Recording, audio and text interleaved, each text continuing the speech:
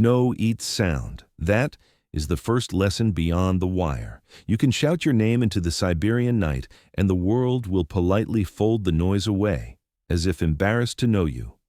In the winter of 1949, on the Kolyma line, a German prisoner of war, registered as 746 in a ledger that used numbers the way a butcher uses hooks, decided to stop dying by inches.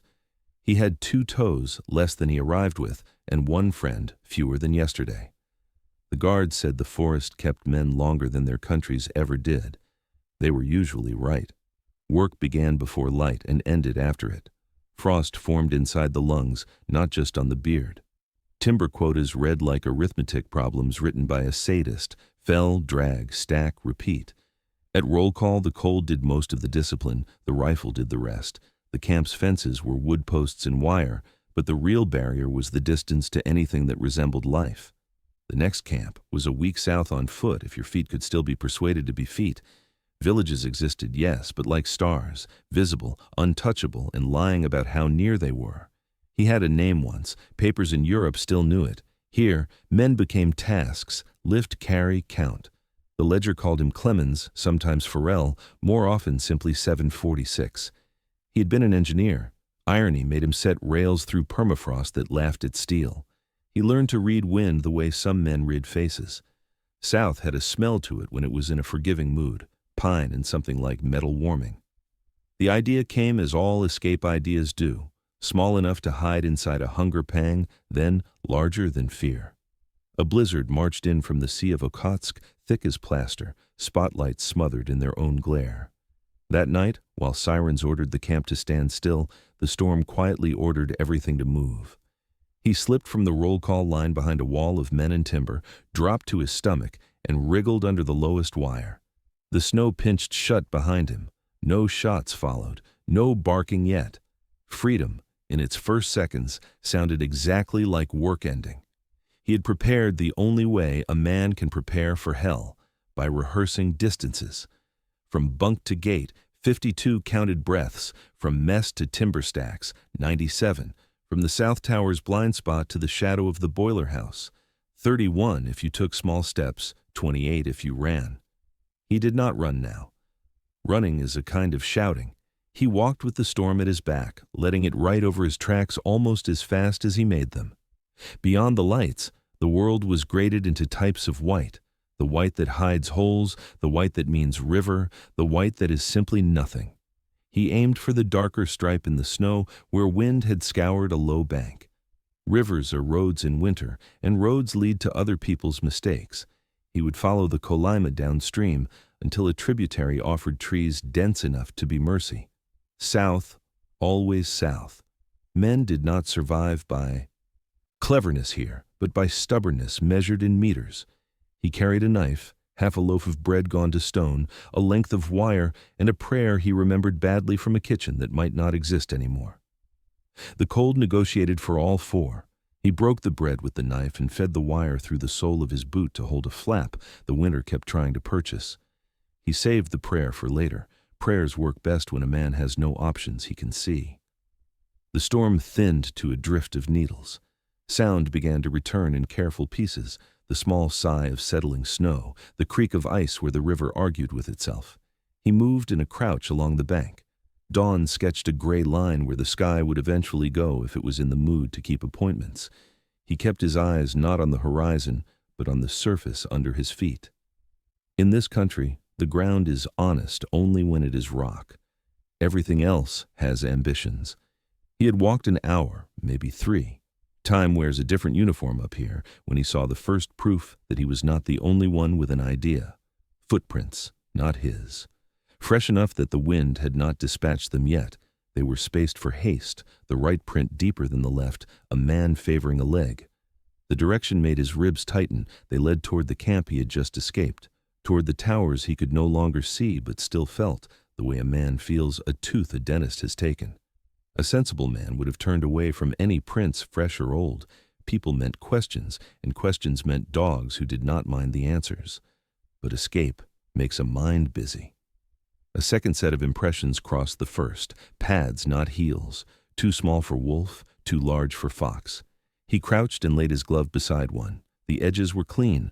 Whatever made them was close, closer than the camp, closer than fear wished to be. He moved off the river and into the trees, letting the larches close like a careful door. The forest smelled of resin and smoke remembered. His breath fogged his scarf, freezing into a mask he peeled away with fingers that had long stopped counting. The prints crossed and recrossed until they learned to be a path. The path rose and fell like a tired chest. He followed it because south was suddenly a rumor, and rumors in this place were as valuable as fire. He found the first body at the foot of a stunted pine. The face looked carved from what the ground became when it got everything it wanted. A wooden tag hung from the neck by wire. No name, only numbers, as if the forest were keeping its own ledger. He did not touch it. He did not say anything. The dead do not ask for words here, only short shadows. By midday, he reached a slope that remembered being a road.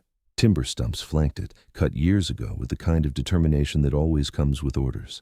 He climbed until his legs shook and the air explained itself as thinner. From the crest, the land fell away into a white bowl. In the center sat a truck, rust, the color of dried blood seeping through its paint. The canvas top had torn and frozen into flags. He slid down on his heels, testing each drift with the knife. The cab held two uniforms in the posture of men who had waited too long for instructions. Their faces were maps without place names. In the bed lay wooden crates hermetically fused by ice. He pried one open and smelled a history lesson told too close to the nose. Salt, iron, something that said, "Not food." He let the lid drop softly, as if lids could be offended. He was preparing to move on when the air grew tight, the way it does just before someone says your name. A whistle sounded, a pattern every prisoner could hear in his sleep. 3 short, 2 long, not wind. Wind does not keep count. He flattened against the truck's cold metal and watched the ridge he had crossed. Nothing. Then a shadow separated from a stand of birch, then another, and then a third. They paused, conferring with their shoulders. The whistle came again, farther left. The answering sound, low, eager, was not human. He slid under the truck and pressed his cheek to the ice. The vibrations arrived first. Boot, boot, boot. A pause. Then the quick stutter of pause learning joy. He placed the knife along his wrist, edge backward, the way a butcher in a hurry steadies meat. South was a word he still believed in, but belief is not a weapon. He needed a mistake, someone else's. The boot stopped above him. Cloth shifted. A breath cloud drifted down, shredded by the wind. A voice said, in the bored authority of men who have said it too often, "Tracks end here." Another voice replied, "They never end. They only hide." The dogs began to circle the truck, noses writing a script the snow read easily, and then the wind changed direction. The wind betrayed them. It lifted the men's scent and carried it east toward the camp, dragging the dogs with it. The barking thinned until it became the wind again. He stayed under the truck for what felt like an hour, tasting oil and frost and the slow panic of veins cooling. When he finally crawled out, his hands left dark prints where skin had come away with the ice. He walked until the road bent and broke under snow. The silence behind him was the kind that wears patience instead of mercy. His feet pulsed inside the boots like small, angry hearts. The right boot felt wet. He did not check why. In the Gulag, questions can cost body parts. The Kolyma highway ran like a scar through everything alive. Men had built it with their bodies, and it held them still.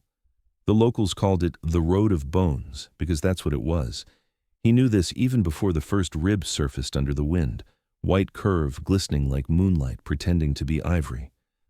The state had promised the dead a permanent position in the foundation.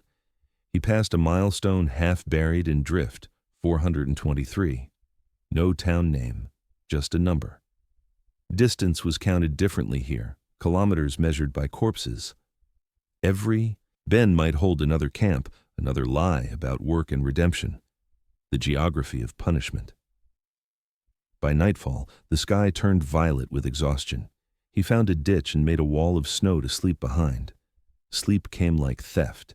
He dreamed of a warm table and the sound of rain on a roof that wasn't tin.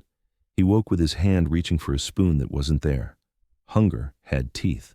He chewed a slice of frozen bread until it stopped being ice and started being memory. Then he walked again. The second day, the light changed. The world grew clearer and somehow less real. That happens when cold stops being temperature and becomes language. He found a river and followed it because rivers meant direction, and direction was the only wealth left. The surface glittered, brittle glass stretched over depth. He tested it with his heel, then crawled. Halfway across, the ice cracked, one sharp line that sang itself across the width. He pressed his chest down, spread his arms, and whispered, "Not yet." The sound stopped. He reached the far side, shaking, half laughing, half crying, the kind of sound that frightens animals. On the bank he saw smoke again, thin, precise, too clean for accident. He crouched behind a stump and watched. The smoke came from a hut made of rough pine, roof patched with canvas. The door stood open as if waiting for him. He approached, knife ready, steps leaving arguments behind him in the snow. Inside, the air was warmer, not warm, just less frozen. A pot hung over coals that pretended to be ashes, the smell of fish. On the table, a tin cup half full of melted snow, and footprints, 2 pairs, one large, one small, both fresh. He said nothing. He checked corners, the cot, the pile of rags that might have been clothes. Nobody. But there was a sound beyond the wall, soft and regular, like a man breathing through fabric. He moved to the window. A shadow passed outside, tall, carrying something long. He stepped back, knife angled low.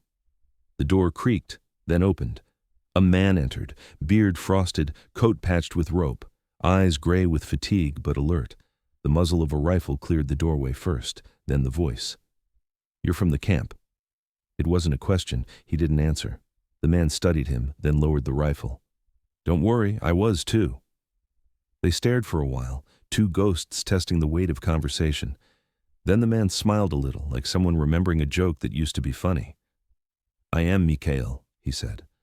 "I fix things. Used to fix fences. Then I started fixing my own mistakes." He pointed to a stool. "Sit. The floor's for the dead." Forel sat. The man poured a spoonful of something hot into a cup and handed it over. "Fish broth," he said. "Don't ask from where. The river pays rent." The heat hurt his throat, then spread through him like belief. For a moment he felt almost human again. Mikhail spoke without hurry. "You head south. Everyone heads south. But south isn't safety. South is just where they send more men to build more fences." "You escaped?" Forel asked. "Escaped, deserted, defected. Pick a word. None of them work here." He tapped the rifle. "This buys me days, not years." They ate in silence, if chewing snow in memory can be called eating. Outside, the light faded to the dull blue of resignation. Mikhail tossed scraps to the fire and said, "They let men run sometimes." "What?" "Let them go, so the dogs have something to train on." Forel looked up. The man didn't smile this time. "They call it practice. Real prey runs better than rope." The fire cracked, sending up sparks that died before they reached the rafters. "How long have you been here?" Forel asked. "Long enough to stop counting." The wind rose. The hut's door shivered on its hinges. Mikhail's head tilted, listening. "They're close." Forel's hand went to the knife. "No," said Mikhail, still listening. "Not them. Something else." He went to the window, lifted the rifle, and peered into the dark. "There's a supply road 3 kilometers west, abandoned. Follow it, it leads to the coast. Past that, villages. Maybe Japan if you still believe in miracles." He turned from the window. His eyes looked smaller now, like a candle seeing its own smoke. "You should go before the wind changes." Forel nodded, stood, adjusted his coat. When he looked back, Mikhail was gone. The rifle leaned against the wall where he had stood. Outside, the wind had gone silent, which was worse than noise. He stepped into the open and found footprints leading west, one set only. The smaller prints he had seen earlier had vanished, filled by drift or something else. He followed Mikhail's trail for an hour, then stopped. The snow ahead was disturbed, a shallow trench lined with frozen splinters. Blood had dried black on the white surface. At the far end lay the rifle, barrel buried in ice, stock gnawed clean to wood. He bent down and listened. The forest breathed softly, steady, deliberate. Then came the whistle again, 3 short, 2 long. But this time it didn't come from behind him. It came from ahead. And beneath it, faint but growing, the sound of chewing. He moved toward the sound because standing still felt like offering himself to it. Each step was a negotiation between curiosity and curiosity kept signing first. The trees thickened until the world shrank to a tunnel of bark and shadow. The noise was clearer now, wet, deliberate, rhythmic. A wolf would have growled between bites. Whatever made this sound had no need to warn anyone. He crouched behind a fallen birch. The clearing beyond was a wound in the snow. Something had dug here, clawed deep enough to expose soil. In the pit lay a carcass, human, or something that had been human, torn open from throat to stomach. The ribs shone white in the faint light, slick as porcelain. Steam rose faintly from the cavity. It had died recently. He waited, listening. Nothing moved. No birds here, no wind, no world. Then a branch cracked to his right. He turned, knife ready. A figure stepped out of the trees, coat torn, face half hidden by a scarf. The man's eyes caught the faint light and reflected it back like coins. Farrell said, "Mikhail?" The figure stopped. "You shouldn't have followed." The voice was flat, emptied of warmth. He lowered the knife but didn't move closer. "You told me to take the road." "I did," the man said, "and you still can, but you can't take me with you." "What happened here?" The scarf twitched, maybe a laugh, maybe breath. "The forest collects payment, always has. This one tried to take meat that wasn't his." He gestured to the pit. "They buried him before the dogs finished." Farrell looked down. The man in the pit wore no uniform. Civilian clothes, patched and repatched.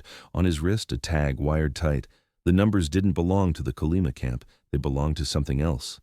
He straightened. "There's another camp nearby?" Mikhail's eyes moved past him. "Closer than nearby." The forest behind Farrell shifted, a whisper of snow off branches. He turned but saw nothing. When he looked back, Mikhail was already walking away, into the dark. The wind rose, tugging the man's scarf until it fluttered like a flag of surrender. "Mikhail," he called. But the name dissolved, swallowed by the trees. He was alone again. He found the old road an hour later. It wasn't so much a road as a scar cut through the pines. Planks half buried in frost, telephone poles without wire, a horizon that refused to stay still. He followed it because direction was a kind of courage. The wind chased him from behind, urging him on. The narrator's voice slows. The road he walked was real. Built in the 1930s, it had connected the gold mines of Kolyma with the ports on the Sea of Okhotsk. Tens of thousands of prisoners had died grading it. They say each kilometer cost a life. They say the dead were mixed with gravel when the permafrost refused to yield. It's not a myth. When the spring thaw comes, bones still rise to the surface like accusations. He walked through the ghost of that history, hearing things he could not name. Once, far behind, a bell rang. Not loud, soft, single, deliberate. He told himself it was wind in metal. Bells mean villages, he thought. But there were no villages here, only echoes. At dusk he found a bridge crossing a narrow ravine. The wood looked solid. He stepped onto it, testing. It groaned but held. Halfway across he saw something lodged in the beams below, a sack. It had burst, spilling its contents into the drift. He climbed down to check. What lay there wasn't food or tools. It was bones wrapped in burlap. The skull still had hair attached, black streaked with frost. He sat down hard, breath gone. On the wrist was a tag, 746, his number. He stared at it until, meaning dissolved. Maybe someone had been issued his number after he fled. Maybe the camp had decided numbers were eternal. He left the tag where it lay and kept walking. The road sloped downhill into fog. The air changed, warmer, heavier, almost kind. For the first time in days, he smelled smoke that didn't belong to decay. It came from somewhere ahead. He followed until the fog turned yellow with reflected light. He saw fences first, then roofs. A compound half buried in snow, buildings listing to one side. The gate hung crooked, letters faint on the arch. He brushed the snow away. Object 72. Object 72. He'd heard men whisper that phrase during night shifts, mouths half hidden under blankets. A research site, they said. Not for gold, not for timber, for men, for what men could survive. He hesitated at the gate, then stepped through. The snow muffled his boots. Inside the yard, the windows were all broken in the same way, glass punched outward. Whatever had left had not been invited. He tried one of the doors. It opened easily, too easily. The room smelled of rust and disinfectant. Papers lay everywhere, curled by damp. Diagrams pinned to a board showed human figures marked with black lines, arms, legs, lungs, labeled with hours instead of organs. Exposure tests. The handwriting was neat, scientific, detached. He moved deeper inside. A clock on the wall had stopped at 03:17. A calendar beside it read January 1943, 6 years frozen. Then he heard the hum, low, steady, mechanical, coming from beneath the floor. He knelt, pressed his ear to the boards. The vibration traveled through his bones, slow and regular, like breath. He found the hatch under a desk. Rusted hinges. He forced it open, and cold air exhaled from below, carrying the smell of oil and something older, metallic, almost sweet. A ladder disappeared into the dark. He thought of the pit, the carcass, the number tag that should have been his. He should have turned back, but forward was the only direction that hadn't betrayed him yet. He climbed down, into the hum. The last sound above him was the wind closing the hatch. The air below was warmer. That should have comforted him, but it didn't. Heat in a frozen country is always suspicious. It means someone, or something, is still working. The ladder ended on a cement floor, slick with condensation. A single bulb flickered overhead, its light too yellow for peace. The hum was louder now, pulsing from behind a row of heavy metal doors. He waited, listening for footsteps or voices. Nothing. Only the steady mechanical breath of machinery that refused to die. He picked the nearest door and pushed. It opened with a sigh, like lungs deflating. The room beyond was small, lined with cots. Restraint straps hung from the rails, frozen stiff. On the walls, faded charts, body outlines marked with lines and numbers, notes in precise Cyrillic. Phase C, Subject 4, 17 hours. Subject 12, reanimation after exposure. Each word looked like it had been written by someone who never expected to be judged. The narrator's voice deepens. These experiments weren't fantasy. The Soviet state documented cold endurance tests, humans submerged in freezing water, stripped and left outdoors while scientists recorded how the body's temperature declined minute by minute. Victims were peasants, prisoners, traitors of labor. The official term was frost resistance evaluation. History calls it cruelty that learned to hold a pen. Farrell moved between the cots. Something brushed his boot. He looked down and saw fingers curled around a bedpost. A hand, attached to an arm, attached to a man. Alive. The eyes opened slowly, milky with frost. The lips moved, the voice dry as paper. "They left," the man whispered. "But the work doesn't stop." Farrell knelt beside him. "Who left?" "The doctors. The guards. The power keeps running. The machine remembers." He tried to unbuckle the straps. The man didn't resist, but his skin tore like wet paper under the metal. Beneath the cot, tubing led into the floor. He followed it to a junction box humming softly. Warm fluid pulsed through transparent pipes. Something in the basement's heart was still circulating heat. More movement. Across the room another man stirred, then another. Faces gray, eyes half open, caught between living and preserving. They whispered fragments, numbers, times, words like experiment complete and temperature stable. Their voices blended with the hum until it was impossible to tell which was machine and which was man. He backed out of the room, shaking. The corridor beyond felt narrower now, air thicker. He reached the generator chamber at the far end.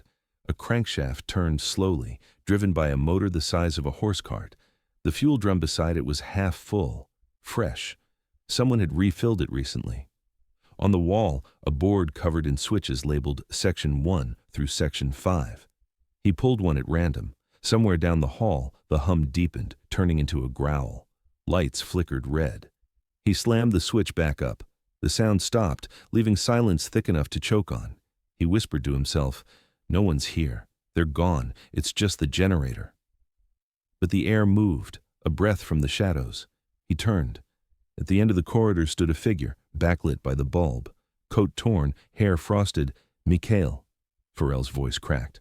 "What is this place?" Mikhail didn't answer at first. His face looked older now, as if the basement had aged him in seconds. "Object 72, he said finally. "A lab. They studied endurance, the limit between dying and living." "Why are you here?" "They sent me to watch the results." His expression didn't change. You were one. Farrell stepped back. I escaped? You thought you did. Mikhail's tone was calm, detached. You were allowed to. You led them here. Who? Mikhail gestured at the ceiling. The ones who never stopped. Orders don't die just because men do. The work continues. Farrell reached for his knife. Mikhail didn't flinch. You can run again, he said softly. But you'll only find more of the same. Camps built on camps, graves stacked beneath graves. Every road in this country ends at another fence. He turned to leave. Farrell lunged, grabbed his sleeve. The fabric came away in his hand. Beneath it, Mikhail's skin was scarred with small squares, as if someone had mapped him. Farrell stared. They did this to you? They did this to everyone. Mikhail's voice broke for the first time. You're just seeing it now. From above, the sound of an engine, heavy, idling. Then boots on the floor above, slow, deliberate, more than one pair. The compound wasn't abandoned after all. Mikhail looked up. They're back, Farrell whispered. Who? The ones who keep the lights on. He ran for the ladder, but Mikhail caught his arm. Don't go up. They'll expect you there. There's another way, through the tunnels. Follow the cables. Farrell hesitated. The boots above moved closer, dust falling from the ceiling with each step. He pulled free and ran down the hall, past the generator, following the cables that disappeared into darkness. Behind him, Mikhail called out, You'll see what worse looks like. The corridor bent left, then down. The air grew damp, metallic. The hum returned, louder, vibrating through the walls like something waking up. He found a stairwell spiraling deeper, lined with frost. At the bottom, a steel door. He pushed it open. Beyond was a room filled with tanks, rows of glass cylinders, frost-covered, filled with cloudy liquid. Inside each, the vague outline of a human body. Some moved, most didn't. Labels in Russian, dates from 1948. The lights buzzed overhead, steady, constant. He stepped closer to one. A face floated inches from the glass, eyes closed, skin pale and unmarked. Then, slowly, the eyelids opened. He stumbled back, the mouth inside the tank-shaped words he couldn't hear, bubbles breaking against the glass. He turned and ran, back through the hall, toward the ladder and whatever waited above. His footsteps echoed against concrete, chased by the hum that had become a heartbeat. When he reached the hatch, the light had gone red. The generator howled. Somewhere deep in the machinery, something was burning. He pushed the hatch open and climbed into the upper room, gasping. The air smelled of fuel. And outside, engines still idled. The camp was awake. The light outside was strange, half dawn, half smoke. Engines idled in the yard beyond the gate, their headlights cutting cones through the snowfall. He ducked beneath a shattered window and peered out. Trucks. 3, maybe 4. Men in long coats stood beside them, rifles slung casually, as if guarding ghosts.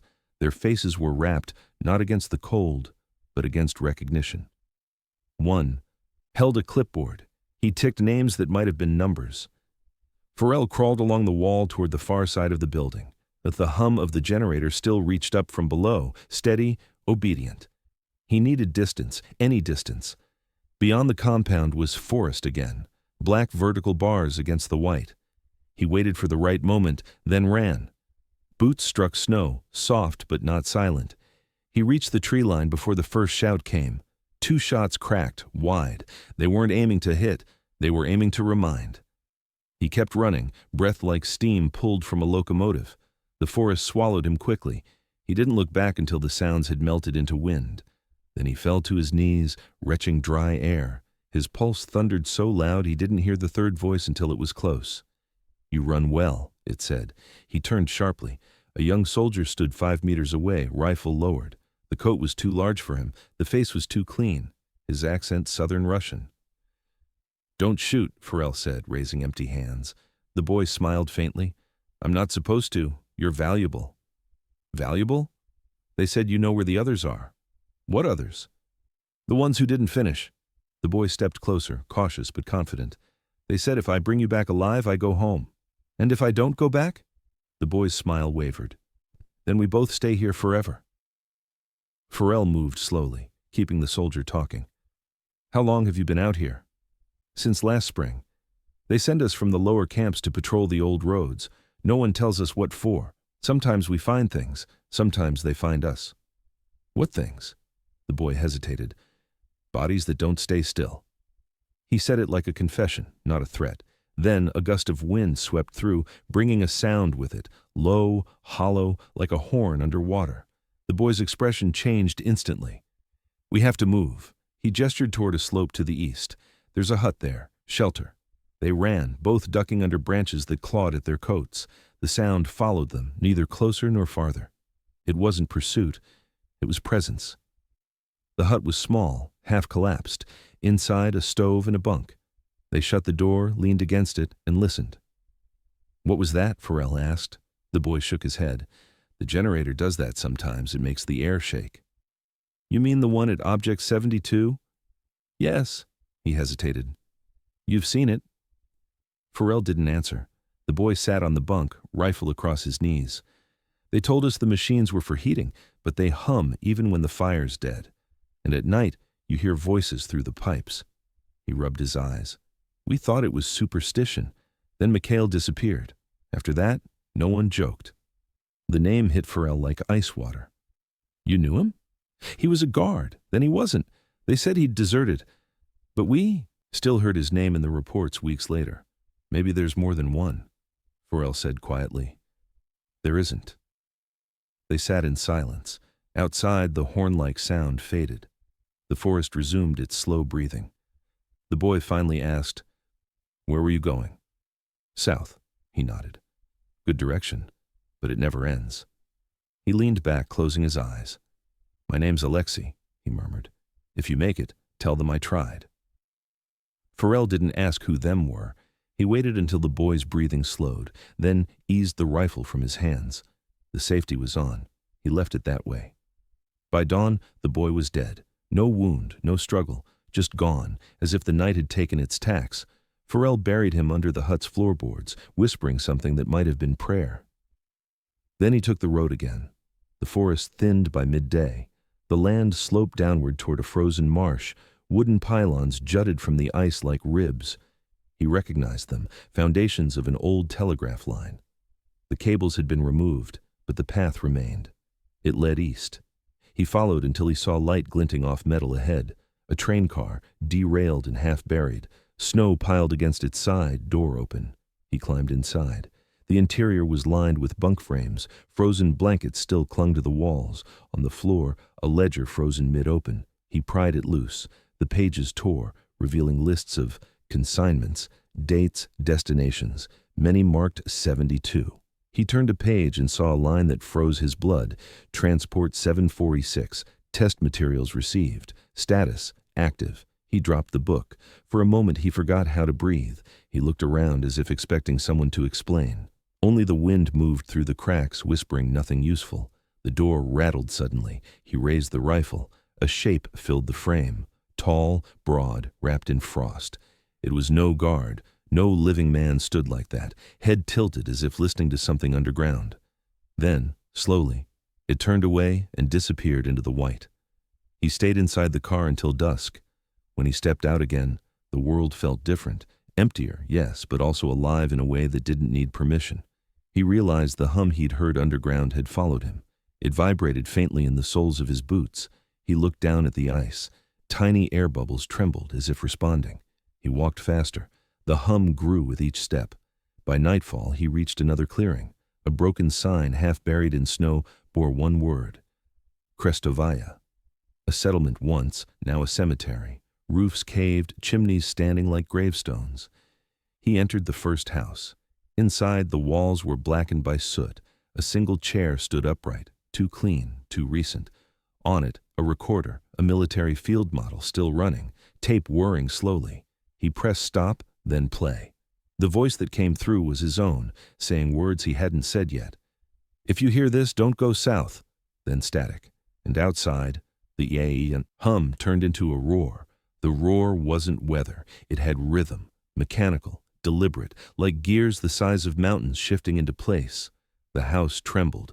Dust sifted down from the rafters and danced in the air as if the sound itself wanted to be seen. Farrell backed away from the recorder. Its reels spun faster on their own, the tape stretching, then snapping. The voice cut off mid-word. He stumbled outside. The snow was moving, not blowing, but rippling, pushed from below. He ran, half sliding, half crawling, until he reached the edge of the settlement. Behind him, roofs collapsed one by one as if swallowed. The ground subsided, releasing warm vapor that froze instantly in the air. He kept running until the noise faded into the wind's natural pitch. His lungs burned. When he finally stopped, the silence hurt his ears. The night sky was clear now, revealing stars so sharp they looked capable of cutting. He realized he was on a frozen plain with no trees in sight. The world was nothing but white and black and his breath. He found a ridge and climbed it for perspective. From the top he saw faint lights far east, orange, flickering. Not campfires, too steady. Maybe a station, maybe another nightmare.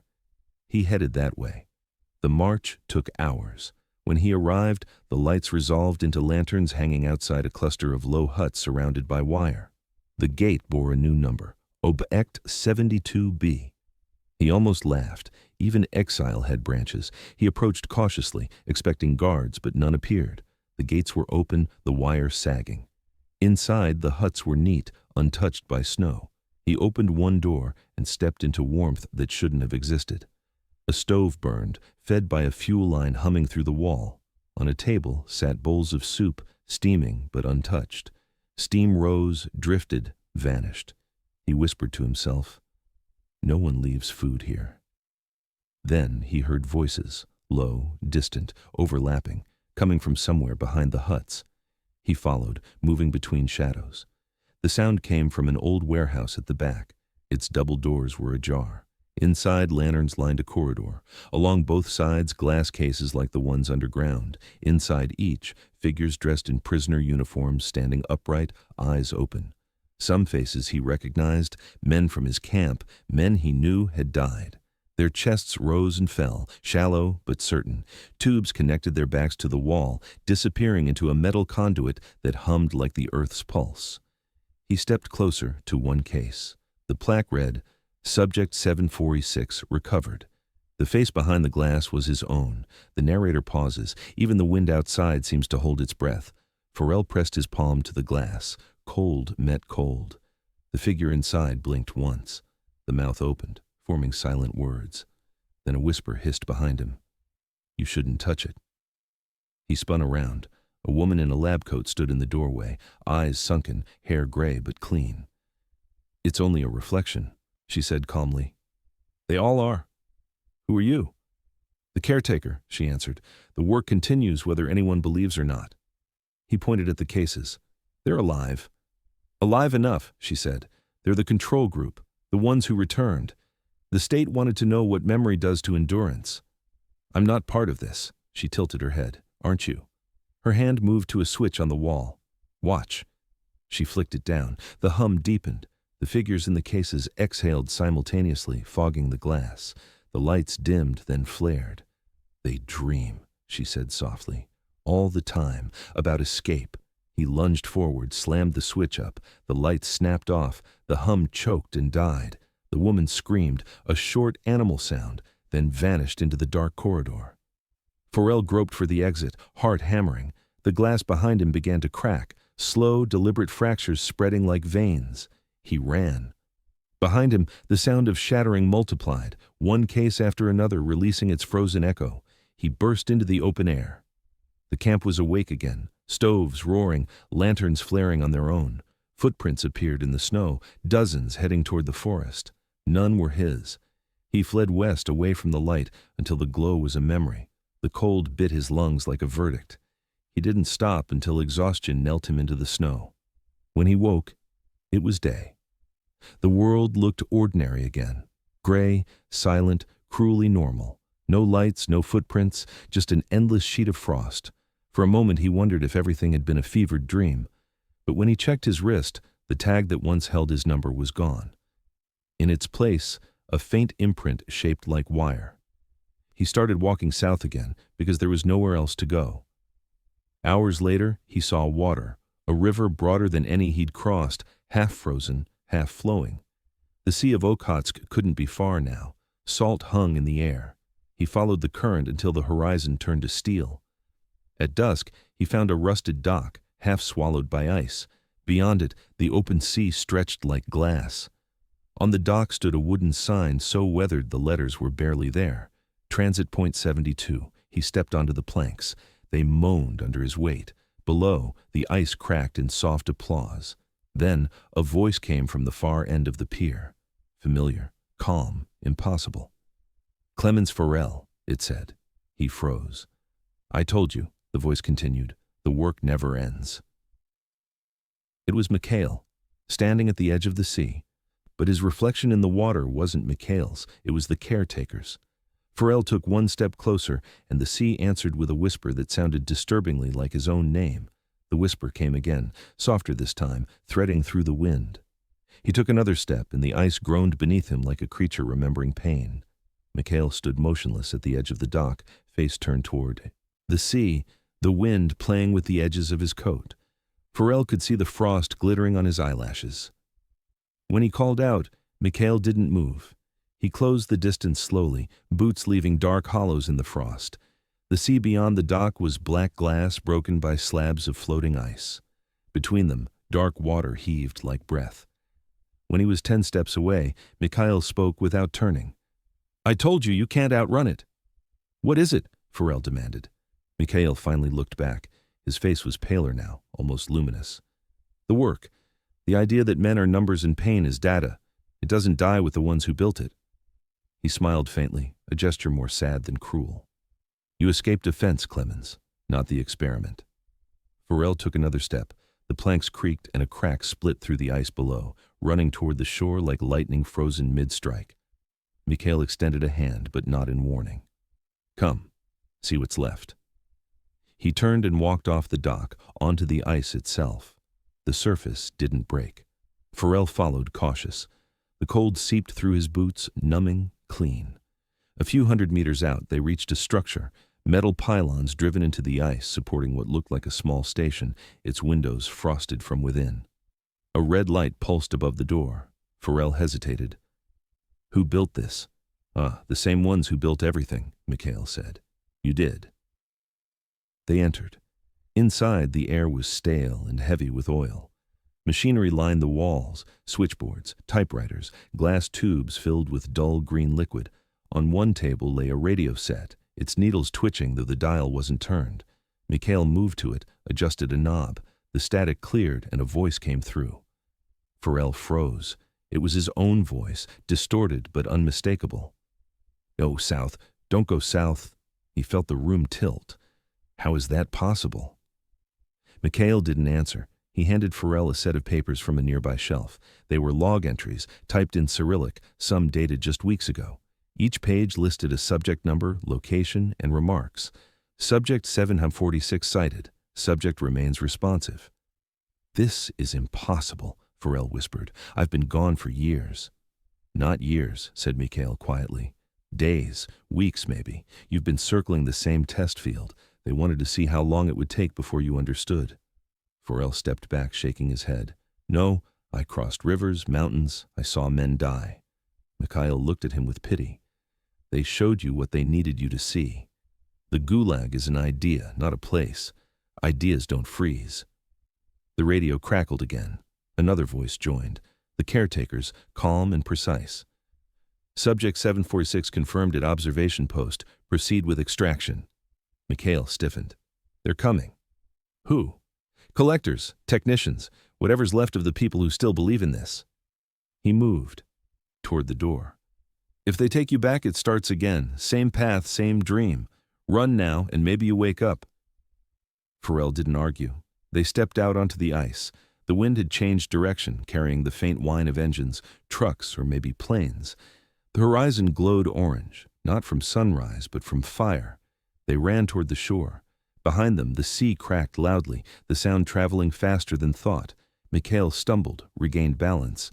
The station behind them tilted, one leg breaking through the ice. The red light atop it winked out. When they reached the beach, Farrell turned to look back. The station was gone, swallowed whole, leaving only a ring of bubbles that froze as they surfaced. Mikhail collapsed to his knees. "It's over." Farrell helped him up. "We keep moving. South." Mikhail smiled weakly. "Always south." He coughed, a wet sound. Blood bloomed on the snow. I told you the forest takes payment, he sagged, breathing shallowly. Go, he said. If you find warmth, don't trust it. Farrell knelt beside him. You're coming. Mikhail's eyes dimmed. The machine never stops. Someone has to stay and listen. He pressed something into Farrell's hand, a small metal tag, the same kind used in camps. The number was 745. Farrell looked down for a heartbeat, and when he looked up, Mikhail was gone. No footprints, no shadow, just the snow disturbed where he had knelt. He pocketed the tag and turned toward the tree line. The hum had followed him again, faint but loyal, like a melody half remembered. He pushed into the forest, away from the sea. By evening he reached a clearing. A wooden sign leaned against a post, boundary line, transit zone restricted. Beyond it, more fences, barbed and sharp, but these were old, sagging under their own rust. Beyond them, faint lights blinked like the promise of civilization. He laughed once, harshly. Then he climbed the fence, boots snagging on the wire, tearing fabric. When he dropped to the other side, his knees hit packed snow.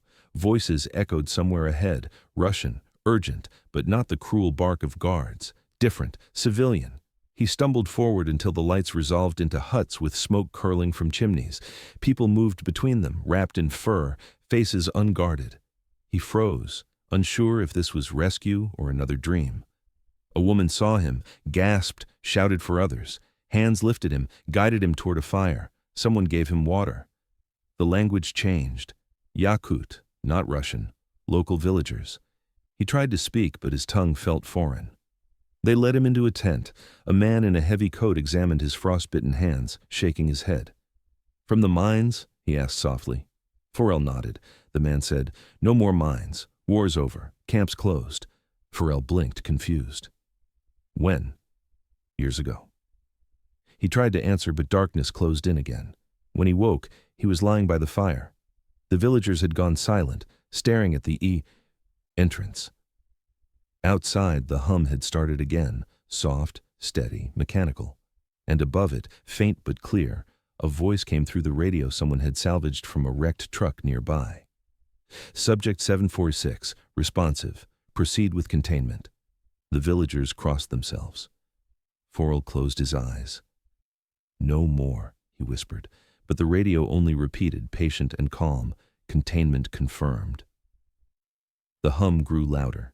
Then the fire went out. Darkness fell like a curtain, total, heavy, final. For a moment he thought the world had simply stopped existing. Then he heard breathing. Not his own, many lungs drawing slow, even air. The villagers, they were still there. He felt someone grip his shoulder. A woman's voice whispered, Don't move! They pass quicker if you don't move! He tried to ask who they were, but she pressed a hand to his mouth. Outside, footsteps, slow, synchronized. Crunch of snow, pause, crunch again. The sound of a search party that didn't need to hurry. It lasted a full minute, maybe more. Then, silence again. When the woman finally released him, he opened his eyes. The fire was out, but faint light spilled in from the tent seams, cold, blue, artificial. He crawled outside. The village looked changed, wrong. Every hut was lit from within by that same cold glow, but no smoke rose now, no sound of life. He whispered, Where did they go? No one answered. The snow was smooth, untouched. Even the footprints that had brought him here were gone. He turned toward the hills where he'd seen the forest line earlier and started walking. The light from the village followed him, seeping across the snow like a tide of electricity. After a few hundred meters, he looked back. The entire settlement was gone. Just an open field and the faint trace of mist where it had stood. He kept walking until dawn. The hum faded, replaced by wind. By noon, he reached a rocky rise overlooking a broad inlet, gray sea frozen at its edges, water churning black in the middle. A ship lay trapped in the ice, half submerged, its bow tilted toward the horizon like a hand raised in warning. He descended to it, moving carefully over the slick surface. The name on the hull was barely legible. Ussuriyesk Transport Number 7. He knew the type, supply vessels used to ferry prisoners and equipment along the coast. Some were said to have been sunk deliberately when the cargo became inconvenient. The gangway was broken but usable. He climbed aboard. The deck was a field of frost, railings twisted from years of pressure. He found the hatch to the lower deck half open, ice sealing the edges. He pried it loose with his knife and dropped inside. The hold stank of rust and fuel. Crates labeled with Cyrillic numbers lined the walls. He broke one open. Inside, glass cylinders filled with cloudy liquid. Floating inside each, something pale, human-shaped. The labels read, Thermal Endurance Units, Sample A. He stepped back, bile rising in his throat. This wasn't a ship. It was a transport for experiments, a floating archive. The narrator's tone tightens. During the final years of Stalin's rule, Soviet camps were ordered to consolidate medical materials from remote labs and move them toward larger facilities for classification. Some shipments vanished entirely. Some were said to have sunk. This ship might have been one. He heard a sound above, metal scraping against metal. He froze. Then a voice over the old intercom crackled to life. A man's voice, precise, official. Transfer manifest 746 confirmed. Awaiting status. He whispered to himself, "No," the voice repeated. Awaiting status.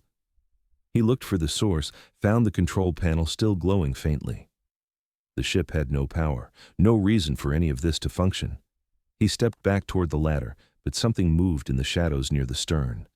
A figure, stooped, wrapped in fabric like a cocoon. It shuffled closer, dragging its left leg. He raised his knife. "Stay back." The figure stopped, its head tilted, and from within the wrappings came a low rasp. Words formed through a throat that didn't want to remember language. "Don't go south." He froze. The voice was his own. The figure reached out a hand, skeletal, burned, trembling, and touched his arm. The contact was cold enough to sting through cloth. Then the thing smiled with his face, teeth blackened, eyes milky. Farrell struck without thinking, blade sinking into the fabric.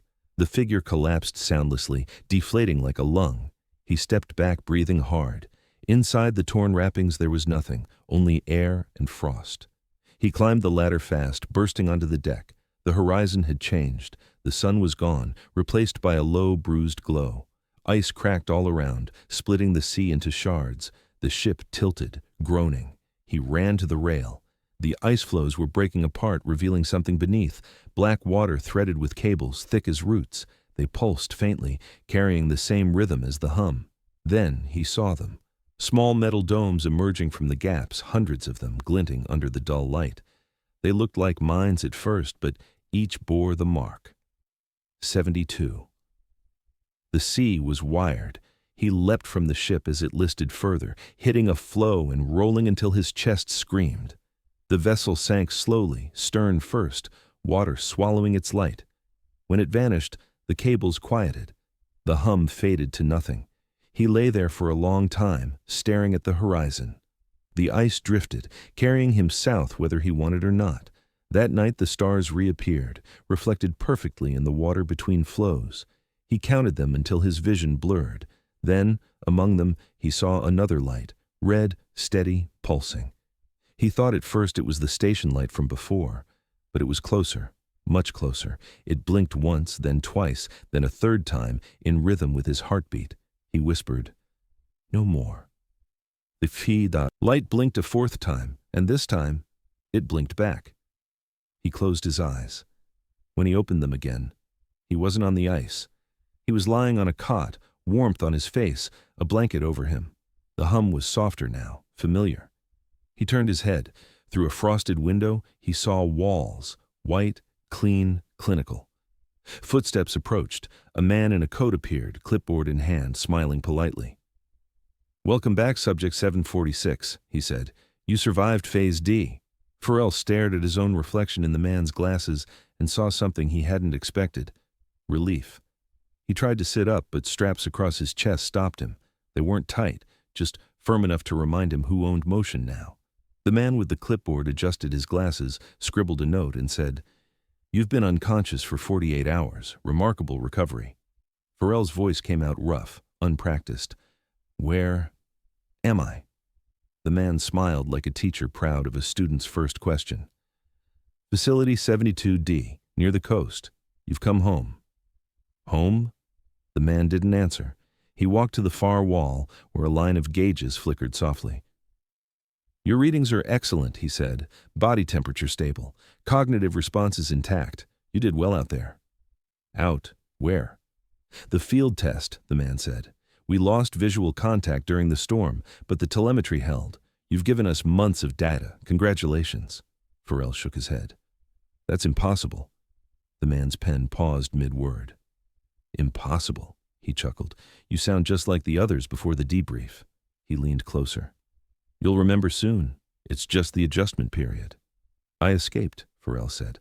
The camp, Colima, the road, the forest. The man's smile didn't change, but his eyes did. Yes, he said softly. You escaped exactly as designed. Phase C predicted your pattern perfectly. What are you talking about? The endurance trials, don't you see? You're the control variable that never fails. He gestured to the clipboard. Subject 746 has completed 9 full cycles. Each time the parameters reset. Each time you attempt escape. Each time you confirm the limits of human persistence. Farrell's voice cracked. Cycles? The man's expression softened, almost pitying. Memory degradation begins around the 5th. Hallucinations, forests, seas, ghosts, perfectly normal. He set the clipboard down. Don't worry, we'll record everything.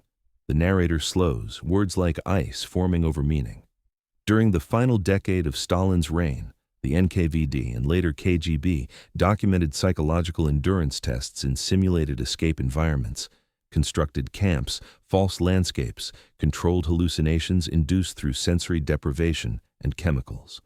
Most evidence was destroyed. Some wasn't.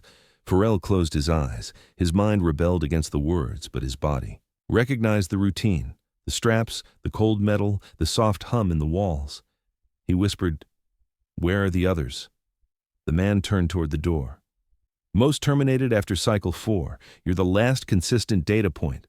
Farrell strained against the straps, panic rising. Let me go.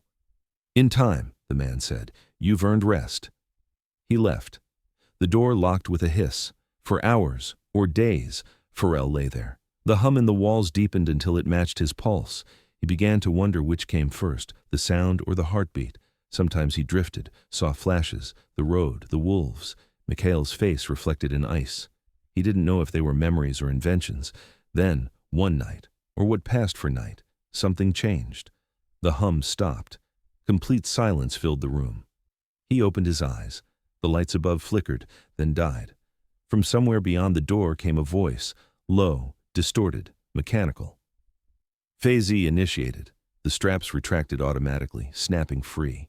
He sat up, dizzy. The room smelled different, ozone, metal, something burning.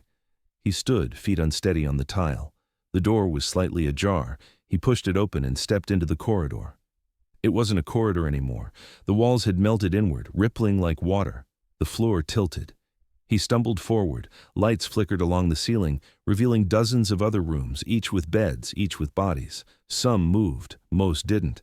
He stopped at the nearest one. Through the glass, he saw a face that wasn't his. A woman, eyes open, mouth half-parted as if mid-sentence.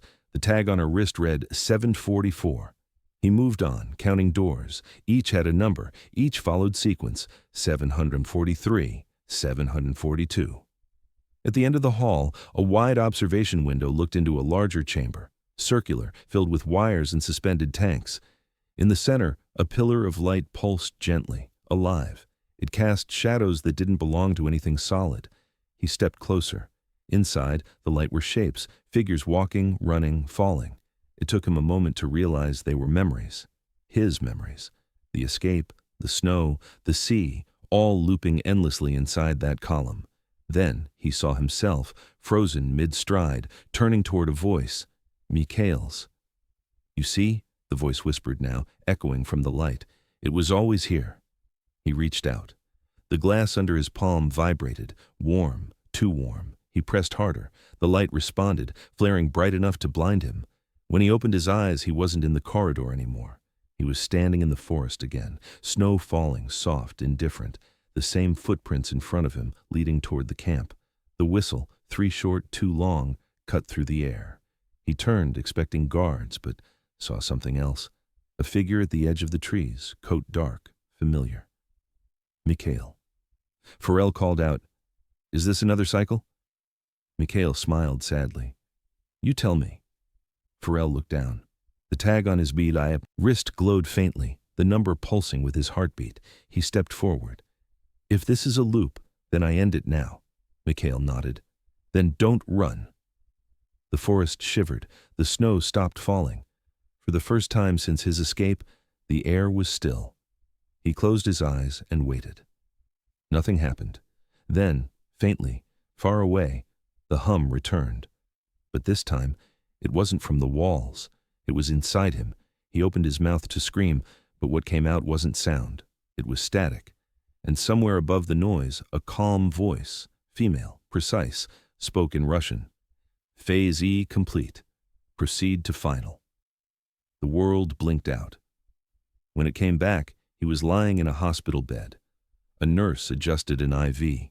Sunlight streamed through a real window. Where am I? He asked. Vladivostok, she said. You were found near the coast. You're safe now. He stared at her, trying to believe. But behind her, on the wall monitor, a small light blinked. Red, steady, rhythmic. It blinked once for every beat of his heart, and somewhere deep in the hospital, machinery answered back. The nurses changed shifts at dawn. Footsteps echoed down tiled corridors, soft, routine, harmless, everything that should mean safety. But the rhythm beneath it, the steady mechanical pulse, never faded. It lived in the walls now, in the heartbeat monitor, in the silence between footsteps. Farrell lay still, pretending to sleep. His body felt lighter, his thoughts heavier. Through the window, a gray sky pressed against the glass. Outside, gulls circled the harbor, crying like warnings too late to matter. The nurse returned, humming a song he didn't recognize. She checked his pulse, smiled, and said, You're lucky. Most don't survive the cold that long. He forced a smile back. I suppose I'm hard to kill. She laughed softly, adjusting the drip. Rest. The doctor will see you soon. When she left, he watched her reflection vanish in the monitor's black screen. For a moment, his own reflection lingered behind it. Then, something else appeared. Another face, pale, expressionless. Mikhail's. Farrell blinked, and it was gone. The narrator's tone drops low, as if recounting something history forgot to footnote. Many Gulag survivors spoke later of hospitals that didn't feel like hospitals. Rooms where their dreams were questioned more carefully than their wounds. Scientists disguised as doctors, collecting stories that matched too perfectly. He tried to sit up again. The IV tugged at his arm, connected to a bag marked only with Cyrillic numbers. 72D, he tore it out. The monitor screamed its alarm. Within seconds, boots rushed down the hallway. Not shoes, boots. He swung his legs off the bed and stood. The cold floor bit through his skin. He grabbed his coat from the chair, stumbled to the door, and opened it just as 3 men rounded the corner. 2 orderlies, 1 officer. Get back in bed, the officer ordered, hand already on the pistol, at his hip. Farrell raised both hands. I just need air. Air's restricted until clearance. He stepped back into the room, feigning compliance. The officer nodded to the others and lowered his weapon. That was enough. Farrell threw the metal IV stand at the light, shattering it, plunging the room into strobe-like flashes. In the confusion, he bolted through the side exit into the corridor. The hospital wasn't large, but its hallways branched like veins. Identical doors, identical warning signs, and the same red blinking light at every corner. He ran past rooms filled with silent patients, each hooked to identical monitors. Each one blinked in the same rhythm. He turned a corner and stopped dead. Ahead, a window overlooking the courtyard. Snow fell beyond the glass, but beneath it, faint outlines of fences. No hospital-built fences like that. He turned back. The officer was already there, walking calmly toward him. It's all right, Clemens, he said gently. The test is over. Farrell shook his head. You said that before. The officer smiled. Yes, but this time you'll believe me. He raised a small device from his pocket, a switch. Farrell lunged forward. The officer pressed the button. The hum returned, filling everything. Lights flickered, walls pulsed, then silence. He opened his eyes and saw sunlight again. But not through glass, through trees, snow on branches, air sharp with pine, the forest. He laughed once bitterly. Again? No answer. He looked down at his wrist. The tag was gone. In its place, a faint scar. He took a step. The snow crunched, the sound was real. He kept walking until he reached a ridge. Below lay the frozen river, the same one he'd crossed what felt like lifetimes ago. On the far bank, ruins of a watchtower leaned like a drunk giant. He descended slowly. At the water's edge, something half buried caught the light, a small metal plate. He dug it out. The number read 747. Not his, not Mikhail's, another. He pocketed it and kept walking downstream. The wind picked up, carrying a faint melody, a woman's voice, humming, the same song the nurse had sung. He stopped. The river ahead had melted into a long black corridor of open water, steam rising. In the mist stood figures, 10, maybe more, frozen mid-stride, their faces blurred. Each wore a coat like his. Each turned slowly as he watched. One stepped forward. It was himself. The other, Forel, smiled. "You did it. You finished the cycle." Forel stepped back. "No, I broke it." "You can't break what isn't real," the reflection said. "You can only wake up. And if I don't want to, then you'll dream forever." The figures behind the reflection began to move, circling slowly, their shapes distorting with each step. The hum rose again, not from the sky, not the ground, but from within them all, uniting into one endless vibration. Forel clutched his head, shouting, "Stop!" The reflection tilted, its head. "We tried that once. You called it freedom." He fell to his knees. The snow beneath him turned to ice, then to glass. Through it, he saw faces, hundreds, pressed against the other side, eyes open, waiting. The narrator speaks quietly now, as if confessing to the listener. "We don't know what became of Clemens Forel after his supposed escape. The records end abruptly. Some say he made it to Germany. Others insist he died in transit. But a few reports mention sightings. Men found wandering Siberian forests, speaking of repeating days, familiar camps, and humming machines beneath the snow." Forel stood again, trembling. The reflection was gone. The hum receded, leaving only the wind. He turned toward the horizon. Sunlight broke through the clouds, washing the frozen land in gold. For the first time, there was no whistle, no machinery, no voice calling him by number. He started walking, slow, careful steps, toward the light. Each one sank deep into the snow, leaving marks that no wind erased.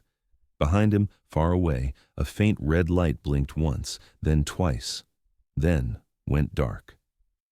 The story ends not with certainty, but with the echo of a question history never answered. When a man escapes the Gulag, does he leave it behind? Or does he carry it inside him forever? And then, the narrator's voice fades to silence.